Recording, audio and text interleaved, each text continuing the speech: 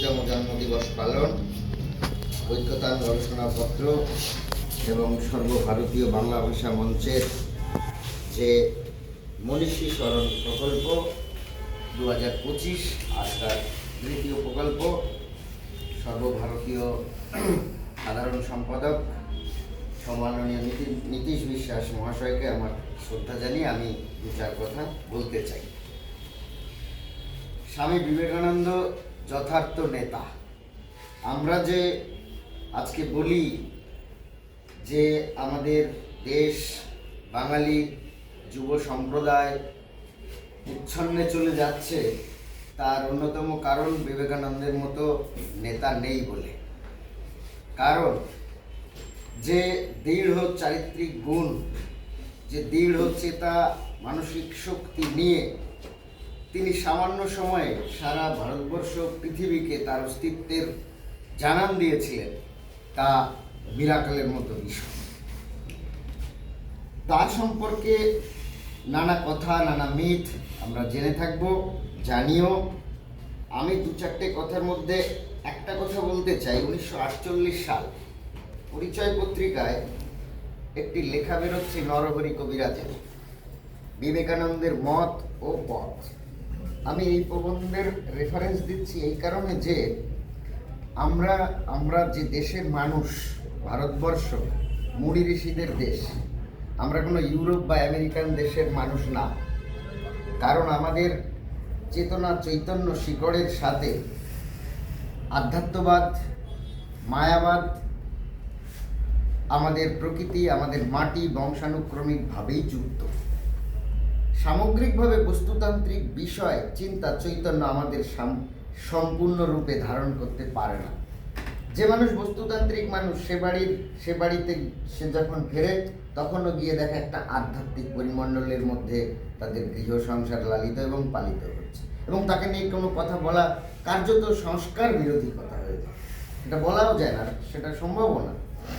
ফলে বিবেকানন্দ যে সময়ে দাঁড়িয়ে বারে বারে ভারতবর্ষের কথা বলছে, তাকে কেন বর্তমান ভারত লিখতে হয়েছিল?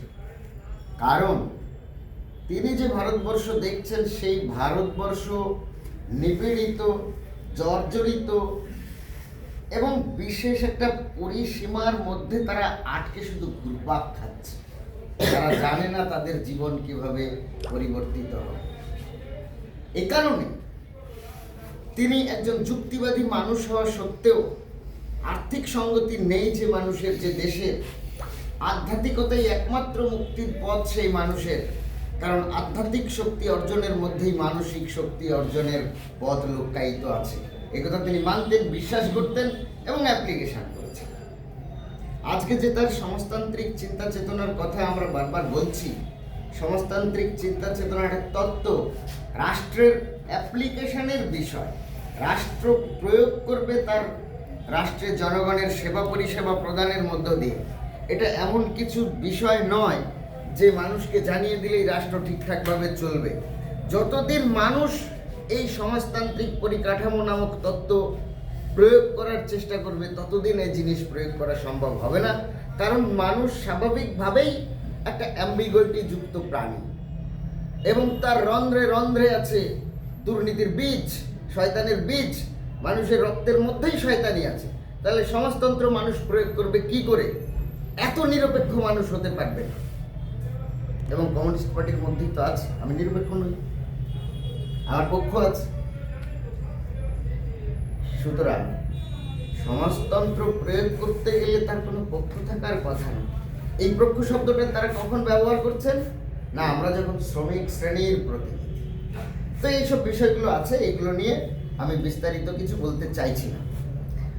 কিন্তু একটা কথা মাথায় রাখবেন, রবীন্দ্রনাথ ঠাকুর তার জীবনের প্রথম দিক থেকেই আমাদের দেশীয় মানুষের বিপর্যয়, নিপীড়ন সম্পর্কে সচেতন ছিলেন।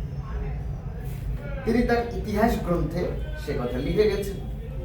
আমাদের দেশের মানুষের যে বিপর্যয়, আমাদের দেশের মানুষের যে অর্থনৈতিক বিভাজন, সে কথা লক্ষ্য করেছিলেন প্রথম দিন থেকে ডক্টর বি.আর. আম্বেদকর। সেই কথায় সুর মিলিয়েছিলেন স্বামী বিবেকানন্দ।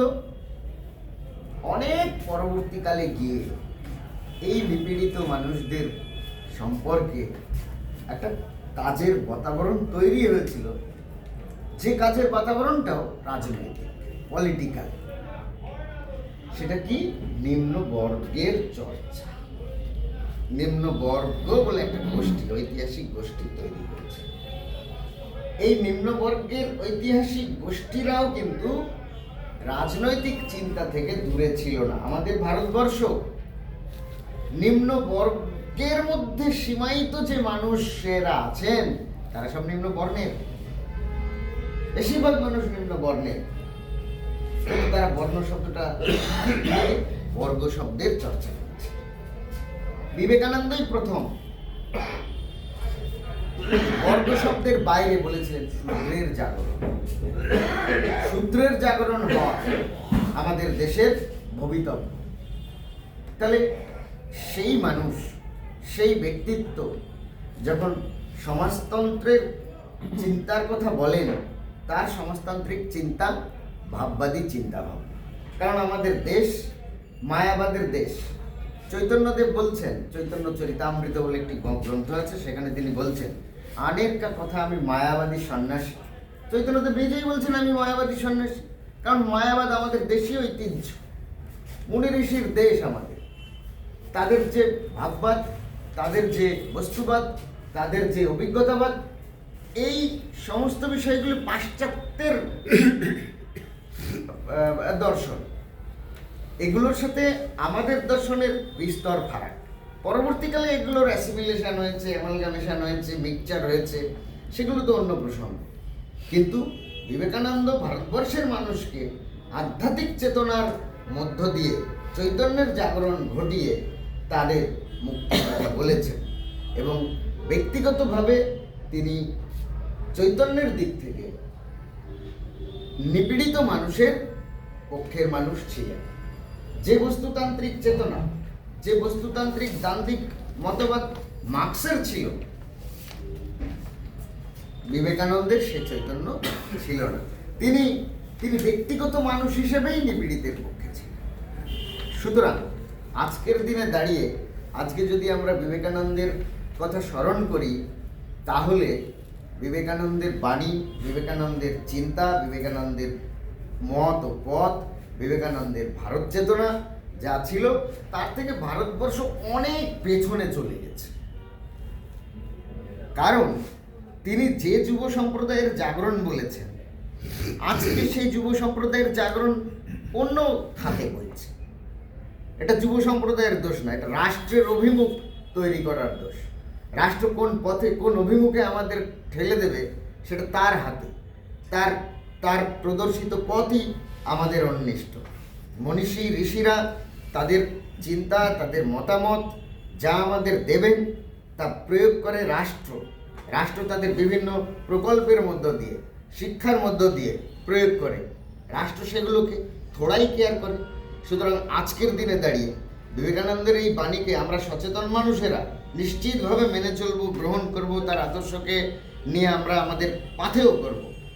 কিন্তু আমাদের দেশের তথা পৃথিবীর গতি কিন্তু সেই অভিমুখে নেই। এই বলে আমি আমার ছোট বক্তব্যকে এখানেই সমাপ্ত করছি।